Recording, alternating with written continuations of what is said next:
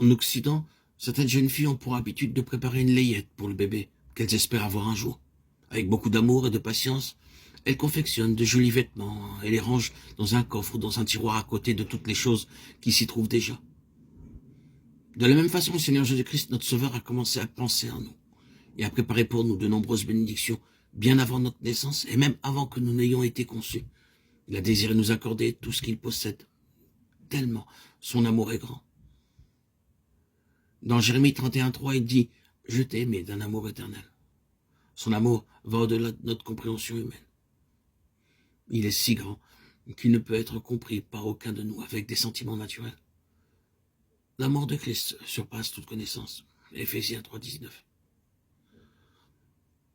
En tant qu'être humain, notre amour est si faible qu'il nous est impossible de mesurer l'amour de Dieu. Nous mesurons l'amour de Dieu d'une mauvaise manière, c'est-à-dire selon notre standard, et c'est la raison pour laquelle nous traitons son amour si légèrement.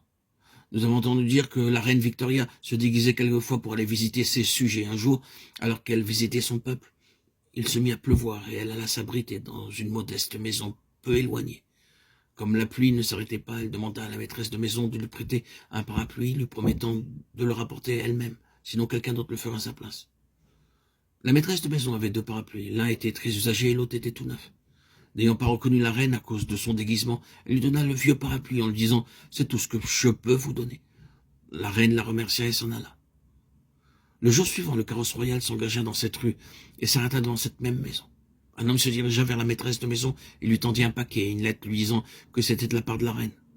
Dans cette lettre, la reine la remerciait de lui avoir prêté le parapluie et elle ajoutait qu'elle lui en offrait un tout neuf en retour.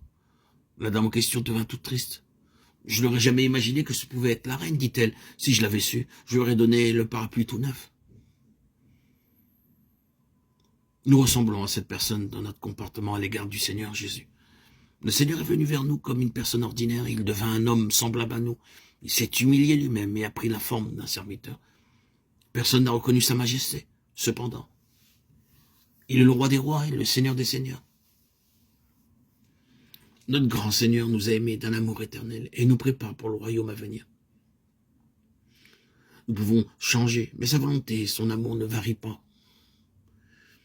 Il désire répandre son amour sur nous, maintenant et pour l'éternité. Et c'est la raison pour laquelle nous sommes appelés l'épouse de Christ. C'est le 7e nom qui est utilisé dans l'épître aux Éphésiens pour désigner l'Église.